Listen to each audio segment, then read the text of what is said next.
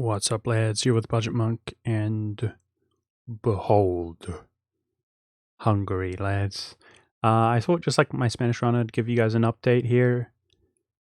I was taking a break from the Spanish one culture and doing something pretty fun. Of course, just to reiterate, for those of you who don't know, I have dismantled the Holy Roman Empire, and this is a challenge where I'm trying to dismantle the world, in quotations, which is following similar rules to dismantling the Holy Roman Empire. I want to own the capital city of every independent nation in the world simultaneously, but just like dismantling the HRE, my allies and subjects and so on do not count towards that, so we can use diplomacy. In order to prevent this game from just becoming a standard world conquest to just eliminate other tags, I am only able to expand into 3 regions, and we actually opted to take southern Germany, Carpathia, and the Balkans. Carpathia and the Balkans completely under lock and key. We have expanded through diplomacy as well with Naples and the Knights here as sort of our border states. And yeah, currently in the process of ravaging the Holy Roman Empire. I could have gone like a little bit more hardcore. We've been ignoring aggressive expansion lately a lot. And dude, Hungary looks so beautiful, by the way. So elongated, going into the German region. There's not that much left of Germany, with northern, well, Switzerland here, but he's expanded into Italy, the Rhine, which is owned by France, kind of this block here remaining. I've been taking it pretty chill because we don't actually have good CBs. And I mean, many of these nations, when you leave them independent, they develop up like a good amount anyway. Even Bavaria, his capital moves around, and he probably put some dev into these like grasslands and stuff. So, not the biggest hurry here. It's really going to come down to imperialism CB, because that allows me to attack everybody in the freaking world. And of course, I plan to drop the golden era and everything like that in a timely fashion. Oops, I just opened the Diplo tag because I spoiled it there, boys. We PU'd Russia. We freaking PU'd Russia, dude. I fed the ever-living crap out of them. This was actually their border. This is how far west their border is going to be. He did end up getting into Estonia through his own self, and we will probably give him Estonia for that reason. But the rest is going to my ally, Prussia. Yes, we forged a Prussia out of the Commonwealth by simply releasing Danzig, and actually, you can see the Teutonic Order here has cause. Not very common that that's the case. He was Protestant when we released him. We released him, but we also put our dynasty over him and allied him up and fed him the appropriate land to form Prussia here, because obviously he wanted that land.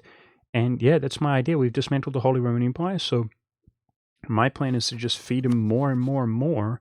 So he's a big bad boy, but of course nothing beats a personal union, because we can use Prussia like in perhaps the initial war, maybe against something like France, they'll inevitably end up rivaling, I'm sure. We can call Prussia to arms, and he'll be an absolute savage. And in the meantime, he helps us, of course, and he helps us against potential coalitions and so on. But every other war that we go to, which will be a plethora, I'm sure, where we're trying to occupy the capital of every nation in the world, we can't call Prussia to arms into multiple wars, right? He is just discounted. We don't need to own the Prussian capital. What is his capital? It's still Danzig. That's interesting.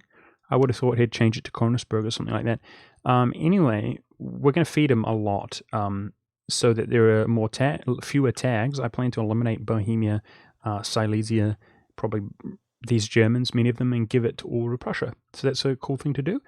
But like I said, he is our dynasty, and I'll also try to PU him. So he actually helps us again in all of the wars. It is such an amazing feeling, guys, to PU Russia. Incredible. I think he was 4th or 5th greatest power in the world.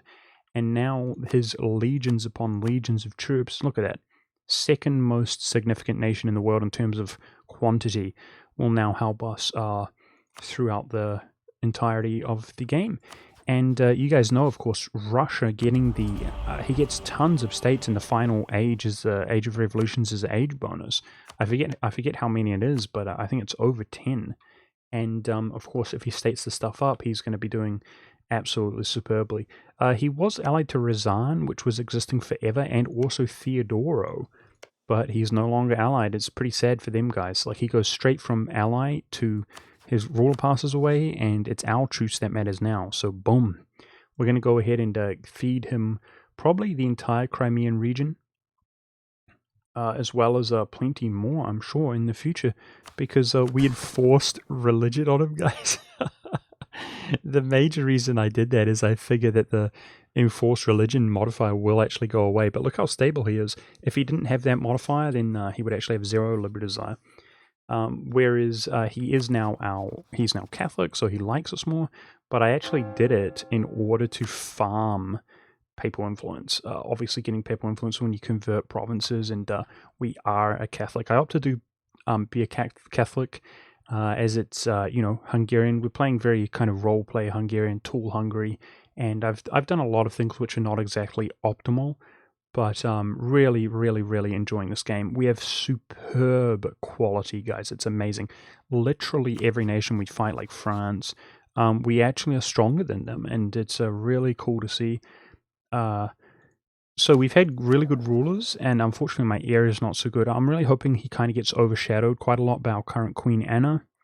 Look at that, amazing stats. And we've devved like crazy, guys. I swear, before we started expanding into southern Germany, like this block here, we hit Empire Government rank. And look at our development now. Like almost 600 over 1,000. I mean, do you guys think this ought to be 600 development? Like, we're just going crazy on deving. Let's go ahead and look at our ideas here. We took innovative, quality, trade, economic, and believe it or not, aristocratic. That's right. A lot of people were kind of doubting my choice of aristocratic here, but we'll break it down in a moment.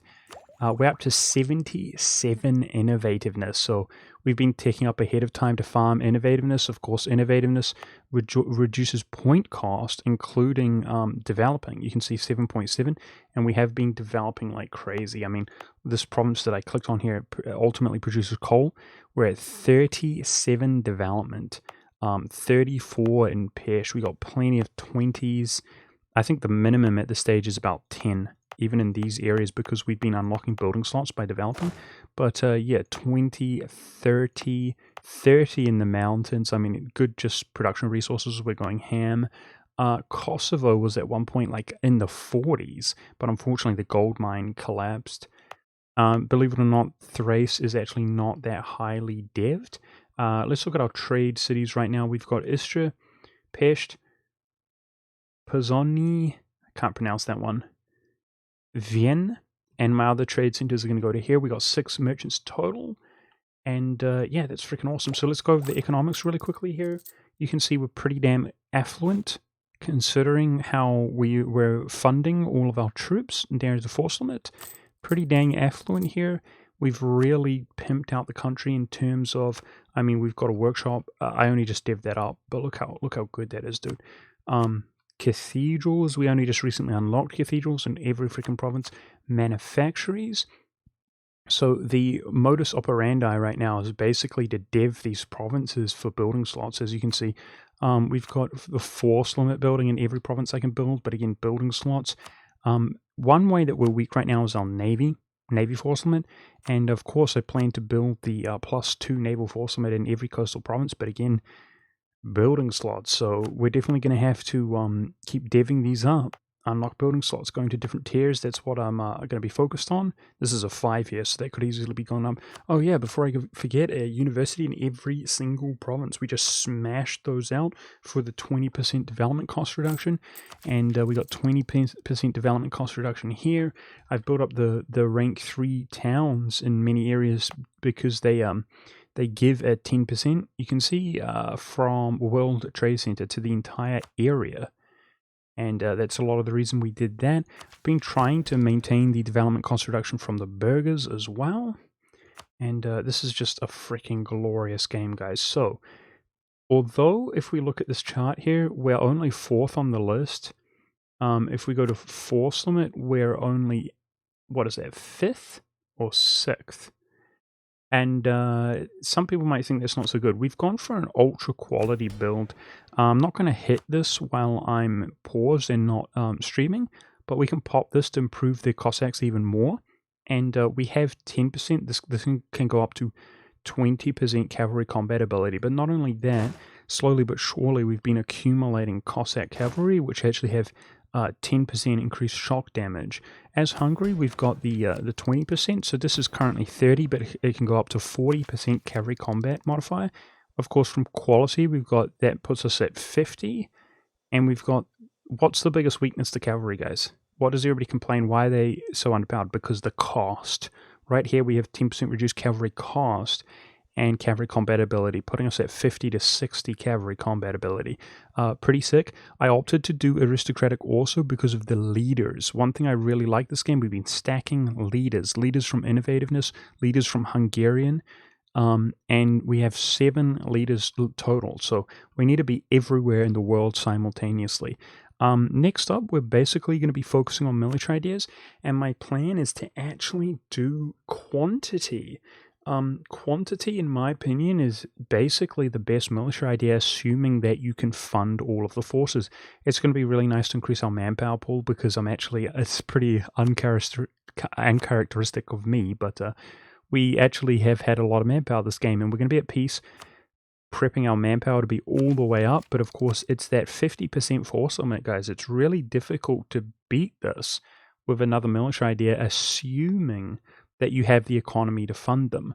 Right now, making a decent amount of cash, of course. So if we pop that up to see, my plan is to build this building, guys. This building, which is, how many provinces do we own total? Maybe 100 something. So this would be like 100 plus force limit, putting us at 300 something. We take quantity, would put us at 450 plus, I'm sure. That's not including the development, So it's going to get ridiculous. Can we fund a really strong cavalry ratio when we take quantity? My thoughts and opinions are yes, we can.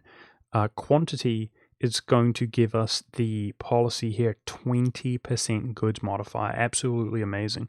Economic, 10% development cost, 10% force limit. Absolutely amazing. So let's look at our policy. Speaking of them, we've got trade efficiency and interest per annum. That's pretty whack. Trade efficiency production, that's good. Trade efficiency 20%. Infantry combat ability. So our infantry is pretty strong as well. Let's look at our economic situation. Look at this. Look at that total income. Almost 400 duckaroos, just over half of which are being paid in expenses while we drill our armies. Extremely professional nation. We're about to hit the cap here. So that gives us, of course, tons and tons of slackened standards in the future. We're killing it, guys, in every regard. It's been a really pleasurable experience playing Hungary tall, and right at the end of the last session, we actually PU'd Russia, which is just so satisfying, and really, really, really enjoying this one. I did take this here, an additional administrative policy available. We took the production efficiency here. This is irrelevant. That's just filler for us because we're actually playing tall. +1 free admin policy. And there's certain things about this game, guys, and playing tall and a different goal, which are going to be really satisfying. Like, I usually try to be really efficient in terms of monarch points, but in this game, we've got no problem just chucking down every policy once the moment is right. And look at these policies. 20% production efficiency combined with the dude, I might actually swap that for this. Our trade is our biggest source of income, but it's quickly becoming overshadowed by our production, and we do have the ability to switch out 10% trade for 20% production, so I'll keep an eye on that. But 20% production with the 20% goods produced is going to be absolutely insane. Our gold income's been better, but it's already it's almost 26 here, and we only just took Tyrol, so naturally we're going to be developing quite possibly the best gold mine in the world. I'm looking forward to that one to get our gold income even higher. But yeah, those are my thoughts, guys. I think with the combination of development, the policies that we're going to be stacking, and and these, what can I say? I think we can afford it. And my plan is, you can see here, 10% tax, 10% cavalry cost. We're going to be stacking policies, military ones as well, with the 5 discipline, that kind of thing, on top of the infantry combat ability. Pretty unlike us. We're going to stack policies like that for the ultimate goal. And I'll probably give one more update just before we begin the actual challenge. We've been playing tall and playing pretty fast, and it's been a really pleasurable experience, like I said. but I'll probably give one more update before we go ham. Now, I'm looking forward to the Age of Revolutions, guys, because you get Liberty Desire modifiers, massive modifiers reducing your Liberty Desire, and that's going to be the moment in which I actually feed Naples like crazy, transfer his trade, and start collecting in Istria. So that's going to bump our trade income up massively as well. Right now we're collecting in Vienna with 58% control, collecting in Constantinople with 83% control. We are transferring trade power from the Knights, but if we expand these vassals that much more, it's a slow process of expanding them because they have combined strength against us, but other modifiers like the shared development, they have stacks against us pretty badly. And again, Russia should be completely happy. We're improving relations with him currently, and that modifier is going away. It's just that we enforce religion on him. So yeah, that's pretty much it, guys. I want to update you guys, having the most glorious game of all time. We did have some challenges for sure. Some people kind of left my stream because we were doing so poorly at some point. If I could give you guys any tip, well, first I'll just talk about my opening move. Our opening move was to actually attack Serbia and make him co-belligerent by actually bringing Bosnia into the war. These guys are always allied. Bosnia is the one who gets military access through the Ottoman Empire, and we went in and we vassaled Byzantium. So we did that. But what I actually did initially is I didn't take that much land, as you guys can see. And the reason why my advice is playing Hungary, guys, is Hungary is just such a powerful nation. So you can see Bosnia, we didn't take anything from him. We just took his cash. And I really recommend babysitting your economy. Babysit the economy. Take people's cash, take people's war reparations. Your economy is your biggest weakness as Hungary. They're just such a powerful nation with those almost guaranteed good rulers and divvying up the country and so on. But you do have to pay for the Black Army, and the Black Army gives 1 yearly army tradition and 10% discipline on mercenaries. This really synergizes with the Age of Reformation, where you can get 5 discipline on mercenaries. 15 discipline on mercenaries is absolutely hilarious, but of course it costs a crap ton of money every time your ruler passes away to hire the Black Army, and also mercenaries are really expensive. Go for the economy, like hardcore on Hungary. If you want to have a cool game, a tool game like this, and just crush people, we're like an absolute powerhouse. We're stronger than anybody else in the world. It's excellent. However, this patch is pretty brutal on your enemies making allies, and Poland was like allying Bohemia, Castile, and Novgorod. Actually, Muscovy was losing to Novgorod, but we bailed him out there and he won eventually because I was trying to have a fat Russia just like we planned as a big, powerful nation to ally. He's one of our designated allies.